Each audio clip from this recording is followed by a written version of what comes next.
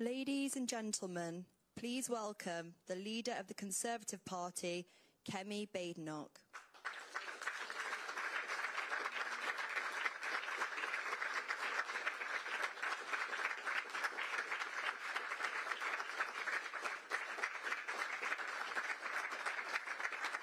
Thank you, everybody. Thank you, and good morning, everyone. It is great to see all of you here at the Royal Academy of Engineering. People didn't seem to be getting the message that I was an engineer, so I've decided to do all my speeches here until they do. Engineering is about solving problems, about getting things to work, and it's clear that Britain is not working. Unemployment has risen every single month since Labour came into office. But listening to the Chancellor this morning, you would have thought that was all because of us. People have stopped working.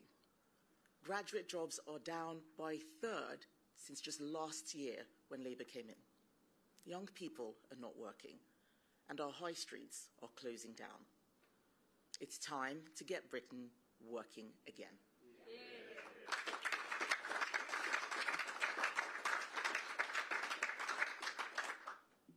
Everywhere you look, the people who keep this country going feel that they are being punished, not rewarded, for doing the right thing. Sole traders, family businesses, family farms. We see many people paying insane rates of marginal tax. 1 in 3 hospitality businesses are trading at below break-even. I had a roundtable with oil and gas businesses in May, and one of them told me that the windfall tax taxed 102% of their profits. Yes, you heard that right. Taxed at 102%. Britain has stopped working because for too many, it has stopped making sense to work. No one should be taxed at 102% of profits. I mean, I know nobody in Labour has run a business, but still. Far from solving this issue, Labour seem intent on making it worse. At best, they have given up. They are managing decline. It doesn't have to be like this. And I'm here to tell you how we can fix it, how we can get Britain working again. This morning, we saw the extraordinary spectacle of a Chancellor, just days before a budget, rushed into a panicked speech. We were told that this was the great moment when Labour would show they had a plan for growth. Instead, what we got was a masterclass in managed decline. A Chancellor claiming she was just going to set the context, but instead of clarity, business leaders are none the wiser, investors are confused, workers are anxious, because the truth is, Labour doesn't have a plan to get Britain working again.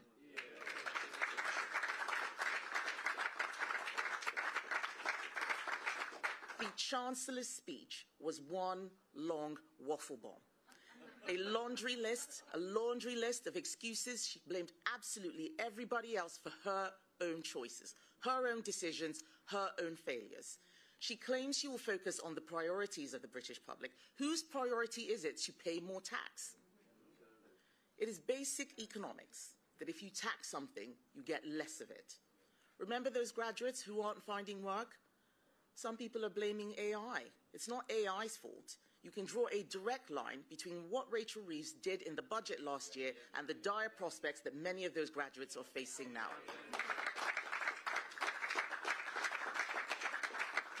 She is the one who taxed their jobs and then destroyed them. When Labour made every business in the country pay more to employ someone, those firms had 3 choices: raise prices, cut jobs, or close. And the impact of all 3 of those choices is why growth has flatlined. What began as Labour's idea of fairness, to take from the unworthy private sector and give to the worthy unions, has made life harder for everyone, especially those doing the right thing. But we have a plan to fix this. But that plan means Rachel Reeves doing the exact opposite of what she has done so far. To get Britain working again, we need to scrap the windfall tax to get our oil and gas industry working, scrap the carbon tax, take up our cheap power plan to get our manufacturing industry working, scrap the family farms tax, scrap the family business tax to get our farming industry working again. That's what we would do. But most importantly, what we are going to do is get people off welfare and into work.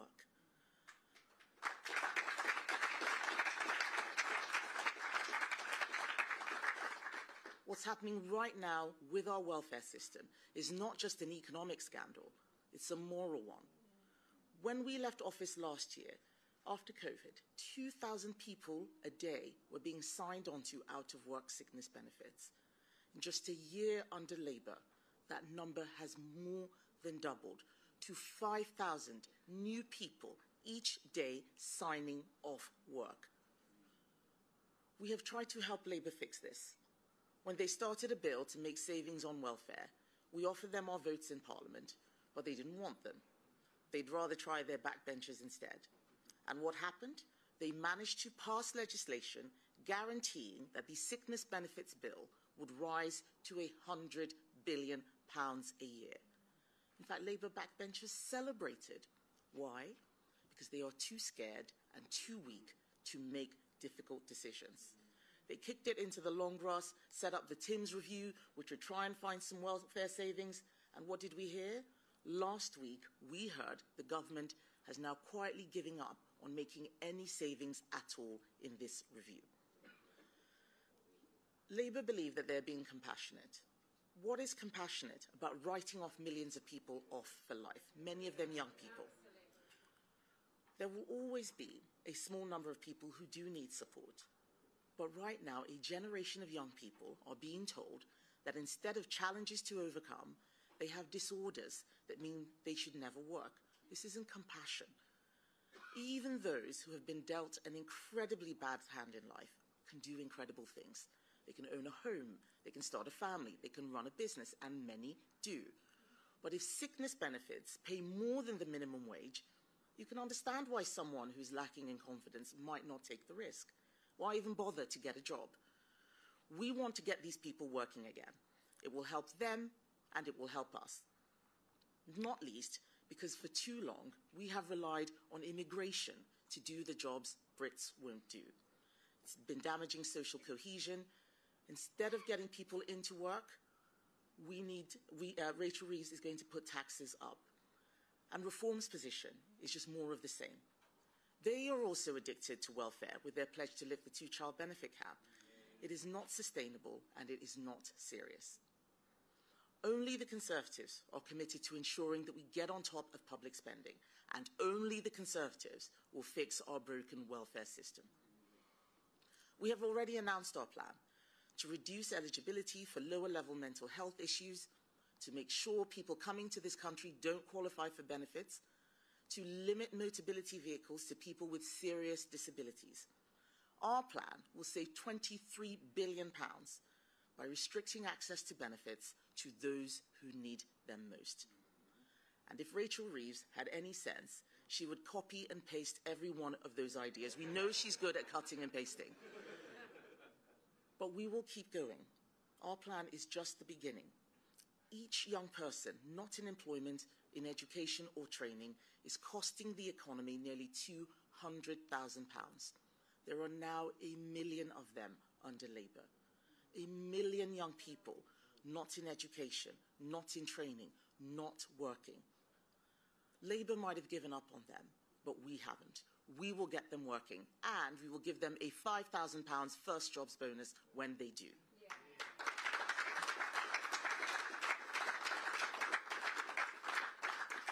This isn't just about economic growth. It's also about fairness, ladies and gentlemen. Everyone in Britain says they want to live in a fair society. What does that actually mean? Labour talk about fairness in the language of Robin Hood. They think those who have taken from those who don't have. They talk about those with the broadest shoulders, never worrying about the limit of what those shoulders can bear. They talk about fairness for working people, but they can't define what a working person is. They think that what they're doing is righteous, but they're wrong. What they are doing is making everyone poorer.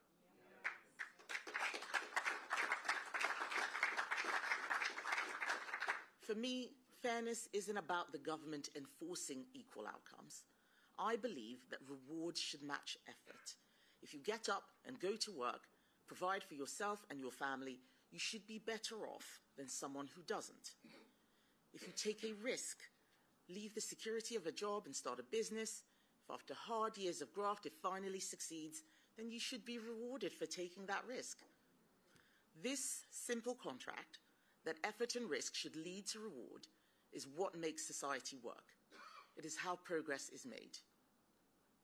You might have seen the news last week that thousands of people on benefits are going to have their debts to energy companies paid off by adding an extra £5 to everyone else's energy bills. How unfair is this? Not only have Labour put your energy bill up by £300, they're going to make you pay extra for other people who cannot pay. We have a plan to get Britain working. In fact, we have many plans. At our party conference, I announced our cheap power plan to cut bills by £165 for the average family by backing British energy production.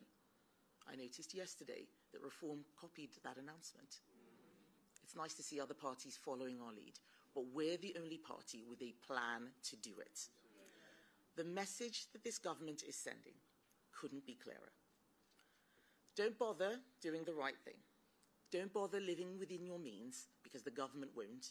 Don't bother putting money away to cover your bills. You'll just end up paying for those that don't. The budget is an opportunity for Rachel Reeves to fix this, to make savings and take the pressure off all of us. But this morning, what we saw is that she's given up trying. Instead, they're just going to wrap businesses in more red tape. Labour are so mistrusting of people, of business. They think you need a politician to check what everyone is doing, and that's the only way to stop anything bad from happening. But this is nonsense. The reality is that all their red tape stops good things from happening. Businesses get swamped in paperwork. They close down, or they don't even bother starting in the first place. Shops and restaurants don't get billed. Our high streets are boarded up. Chancellors can't rent out their own homes without breaking the law because they can't keep up with the red tape. Just look at their employment rights bill. The government has plugged its ears to the warnings of businesses across the country. We tried to work with Labour in the national interest. We offered constructive amendments. It is clear, quite clear, that this current bill is not fit for purpose. It needs a fundamental rethink and overhaul. It won't get Britain working. It will kill jobs. The only responsible action left is for Labour to shelve the bill in its entirety and start from scratch.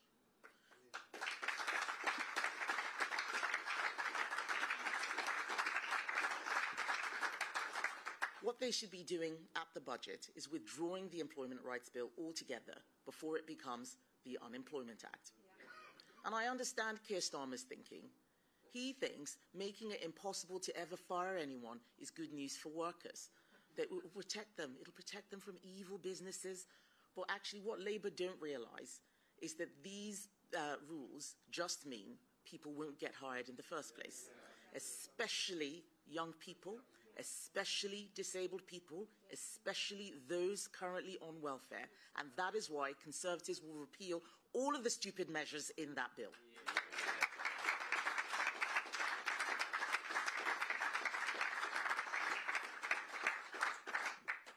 You cannot guarantee that everything is going to work out.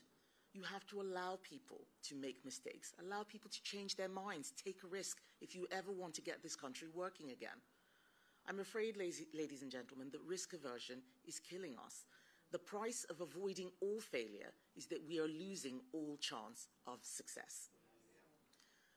This is the culture that Labour is creating, that you're better off spending your money than saving it, you're better off on welfare than in work, and if you do work, you're better off working for the government or the organisation that is taxing the business rather than the business itself.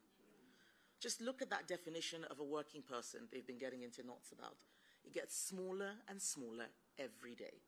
First, they got rid of farmers, then they got rid of business owners. Now, apparently, a working person is anyone earning less than £46,000. By the time they're finished, the only person left who counts as a working person will be someone on out-of-work benefits. Labour go on and on about fairness, while creating the most unfair of economies. They talk about working people while making life harder and harder for people who actually work. And worst of all, they pretend that what they're doing is all necessary. They pretend that they don't have a choice. The reality is that they have given up trying to change anything. They have given up trying to get the government to live within its means, and they have given up on not raising tax. That's what Rachel Reeves was telling us this morning.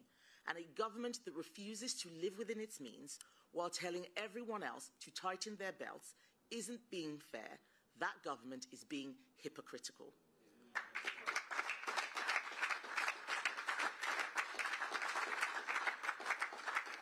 Getting the government to live within its means is not austerity, it is respect. It is respect for taxpayers who already give enough. It is respect for the small business that can't just pass on losses to someone else. And it is respect for the next generation who we want to inherit opportunity, not our liabilities. There is only one way out of this decline. We need to get Britain working again. And you do that by making it make sense to work. The £47 billion of savings we identified aren't random, and this isn't about paperclips in Whitehall, and they aren't cuts to hospitals or schools like Rachel was saying this morning. She clearly hasn't read our plans or looked at our record in office protecting schools, protecting the NHS, in the same way she didn't bother reading the rules on renting out a property. She needs to pay attention. So let me tell her what our £47 billion of savings is yet again. Those savings will come from money that is being paid for people to sit at home. Money that is going to those quangos that are wrapping businesses in red tape. It is money that is going on degrees that leave people with no skills and no opportunities. It is taxpayers' money that is making life worse, not better. With the money we save, we will do two things. Under our golden economic rule, at least half of the savings will always go to reducing the debt burden for our children and grandchildren, because we are the only party that has ever cared about fiscal responsibility. And with the rest of the savings, we are going to get Britain working. We are going to abolish stamp duty so that people who do the right thing, make sacrifices, save up, build something for their family, buy a home. And when they buy a home, painters, decorators, all those people who get out of bed in the morning will have more work. People who run furniture shops and DIY shops will have more customers. Our high streets will be busier. And to help the high street even further, we are going to abolish their business rates for pubs, cafes, shops. Instead of putting their bills up, we are going to cut them. We are going to make life easier for all of those people, because what they do is work hard. And their work makes people's lives better. Those people deserve our support. And when they have more work, that will need more people to do that work, people with skills. So we are going to double that apprenticeship budget, making sure businesses have the skills they need, rewarding young people who want to get on in life, and giving thousands of people a path off welfare and into work. That will reverse Labour's tax doom loop.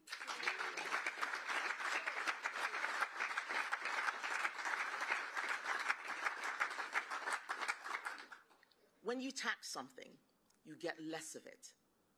That's why we want lower taxes on jobs. We want more jobs. We want lower taxes on businesses. We want more businesses. We need lower taxes on taking a risk, lower taxes on buying a home, lower taxes on having a family. And we will get Britain working by rebuilding the contract between government and citizen. Those of us who are adults have a duty to act like it. Fiscal responsibility is not cruelty. It is care in its truest form, the kind that thinks beyond an election cycle, the kind that refuses to harm the next generation for the convenience of this one. Fairness is about effort matching reward. It's about people who work hard doing better than those that don't. Fairness is about equal opportunity, not equal outcomes. It is about taking responsibility and being trusted to get on with your life. And fairness is about living within our means so our children don't pay for our debts. That is the fairness that we are going to rebuild our country on. And we have a plan to do it. Cut government waste, cut welfare, get people into work, abolish stamp duty, cut business rates, slash red tape, create jobs, double apprenticeships, deliver cheaper power, because when work pays, when business grows, and when government lives within its means, Britain works.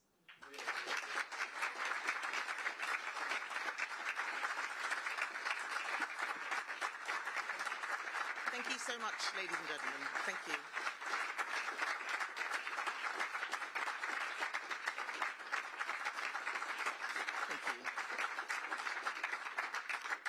And now I'm going to take questions from the media. Can we start with Carl Dinnan from ITV? Thank you, Kemi. One of the things the Chancellor said this morning was that productivity in this country is worse than expected. Leaving aside whether or not that should really have come as much of a surprise, as the leader of the party that has been in power for 14 out of the last 15 years, how much responsibility does the Conservative Party bear for the poor productivity in our economy? Well, it was very interesting that she mentioned productivity without looking at all of the things that Labour has done to reduce productivity. We saw the biggest drop in productivity after a global pandemic, of course. We paid lots of people to stay at home. It cost us a lot of money. We're still recovering from that. And I won't shy away from what we did during the pandemic. I'm pleased that it was Conservatives, not Labour, because they were asking us to spend even more, keep people out of work longer. That would have made the productivity situation worse. But we do know that productivity in the public sector is what has been dragging things down. We need to tackle the lack of productivity in the public sector. That's why we've talked about making savings within the civil service, about £8 billion of savings. A lot of this red tape, which I'm talking about, will deal with the scrapping the red tape will deal with the productivity problem. So I have a plan for the future. The current government doesn't have a plan. My predecessors can answer for what they did on productivity. I'm talking about what I'm going to do to get this country working again. Thank you, Carl. Catherine from GB News. Catherine Foster. Thank you, Catherine Forster, GB News. The Chancellor flung a lot of blame around this morning, a lot of it at the Tories for 14 years. She said that they put political expediency above the national interest. Does she have a point? Because the economy really since the financial crisis has not done well, has it? And also on the BBC, the news that in an internal memo accused the BBC of completely misleading the public over the Trump footage on January the 6th. What action do you think should be taken about that? What would you do if you were in government at the moment? Thank you. I'm afraid I haven't seen the memo about the BBC, so I can't really answer that question. But it is utterly ridiculous to see Rachel Reeves stand there blaming everybody except herself. Unemployment has risen every single month since Labour came into office. But she wants to blame me for that? That's crazy. She should look at her jobs tax. Look at what she did in the budget. We knew that they were making a mess, and we saw them cheering about how they were going to have a £40 billion tax rate. They thought that they were doing a good thing because no one in that cabinet has ever run a proper business. If we're going to get our country working again, we need people who understand the economy, people who've worked in the private sector, people who've run a business. Rachel Reeves is going to come out playing bingo with all of the lines that she has been practicing for the last few years. That is because she doesn't have a plan. If she had a plan, she'd be talking about what she was going to do other than tax rises. All she is doing is blaming everyone else. This is a Chancellor who's back against the wall. She doesn't know what she's doing. We need to get Britain working again. She should copy and paste our plan. That's the best that she can do right now. So she should take our ideas and run with them at the budget at the end of this month.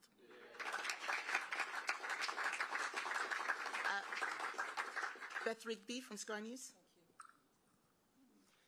Thank you. Kemi, you were quick to criticise Rachel Reeves over her expected tax rises and broken promises. But what about the Conservative record? Because in 2021, Boris Johnson broke his own manifesto promises and announced a £12 billion hike in national insurance to pay for social care. It didn't come to pass, but he was prepared to do that. And then the Truss mini-budget broke a load more manifesto commitments and caused havoc. Currently, 2/3 of the public still do not trust the Conservatives on the economy. What's your response to that? Does it surprise you, frustrate you, confound you? Beth, I'm glad that Rachel has sent you her briefing notes, so I know exactly what it is that she wants people to think.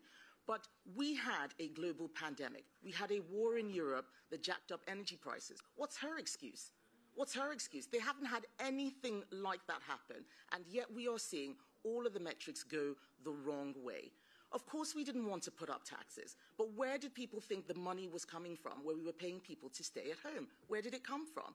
Every action has a consequence. We went into that election not knowing that there was going to be a pandemic, but we dealt with it as best as we can. I'm not here to say everything was perfect, but there is no other party that is talking about fiscal responsibility except us. No other party is going to deliver a stronger economy and stronger borders. We have come up with a plan. Let's get the welfare bill down. Let's get people into work. Every person off welfare going into work is a double whammy. We're not paying for them to be on benefits, and they're going to be contributing taxes. That is the one thing that can be done, and Labour has no plan for it. Anything else that they're talking about is just making excuses. Helen Catt from the BBC.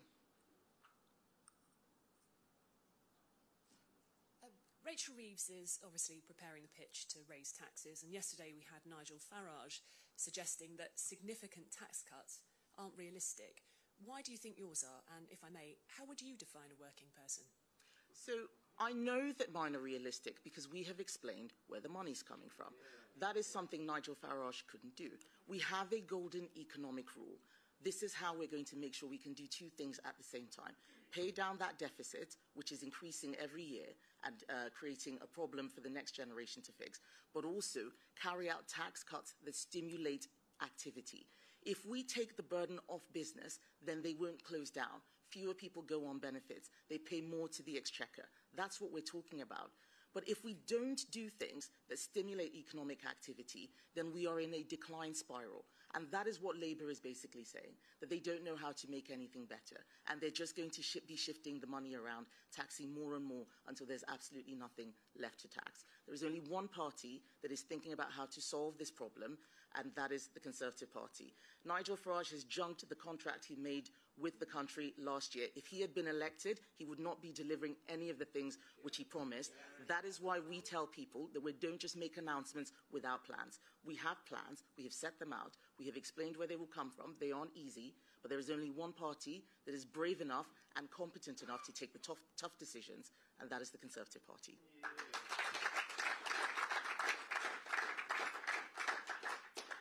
Daisy Eastlake from The Times. Thank you. Given the Chancellor's speech this morning, isn't the choice for voters now between tax rises from Labour or austerity from the Conservatives? No, not at all. There is an alternative. Let's get the welfare bill down. We are living beyond our means. Where is the money that we're spending coming from? It's coming from borrowing, tax rises. We are currently borrowing to pay welfare. This is not a normal state of affairs. We need to start competing with all of those other countries that are getting their act together. We need to start growing. There is only one choice, and that is the Conservatives. The only thing that we can do now is get Britain working again. Anything else that is not about getting people into work, by reviving our oil and gas industry, by getting manufacturing in, reducing energy prices, anything else is pie in the sky. That's the only thing that's going to work now. That's the plan that we've set out. Claire Ellicott from Daily Mail. Hello. Reform have said that they may not guarantee the triple lock in the future. Your Chancellor has said that it's unsustainable for the long term. Would you stick with this policy no matter what the state of the future finances? I have been very clear. The triple lock is Conservative policy. There was a reason that we brought it in. Pensioners on fixed incomes have things harder than others.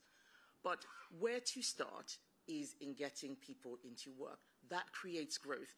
Doing things with the triple lock is not a growth measure. It doesn't change the fact that we're not growing. If we start growing our economy, a lot of problems go away. That is why that's the first thing to do.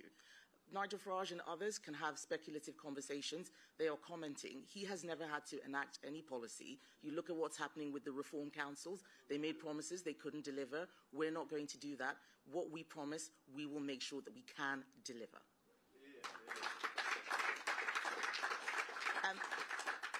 David Shepherd from the FT, please.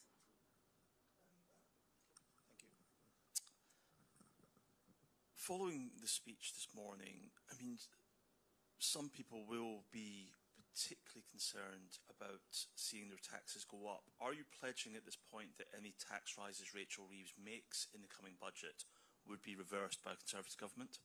Well, I've said that we want to see lower taxes. I've set out the taxes which we are going to reverse. But the truth is, Labour are making a bigger and bigger mess every single minute that they are in government. So I don't know how big the mess we're going to have to clean up will be. We just know that it's going to be one almighty mess.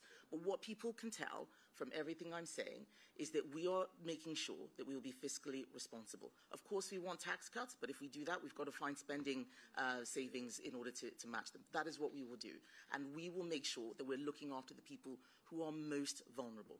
Our golden economic rule sets that out. Pay down the deficit and invest in tax cuts that stimulate economic activity. Right now, Rachel Reeves has a choice. She doesn't need to put up taxes. What she should be doing in that budget is policies like stamp duty to stimulate home purchases, abolishing business rates, making it easier. If she had any sense, that's what she would do.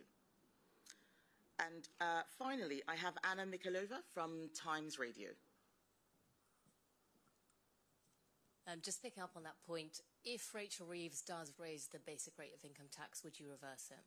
Well, it's the same answer that I've just given. She shouldn't be doing this, but every time she makes one of those changes, she sort of resets where the economy is. We need to make sure that we get our economy growing again. I have said that I want to see lower taxes. We talked about the taxes that we said we'll reverse, the taxes on family businesses, taxes on family farms, VAT on private schools, scrapping the windfall tax, scrapping the carbon tax. That's a lot of taxes that we're already getting rid of. But every day she is shrinking the size of the productive economy. Every day she is growing the public sector, meaning that a smaller and smaller number of people are carrying more. The rider is getting bigger than the horse. That is what we're talking about. That is what we need to stop. Thank you very much, Anna. And thank you, everybody. Thank you, ladies and gentlemen.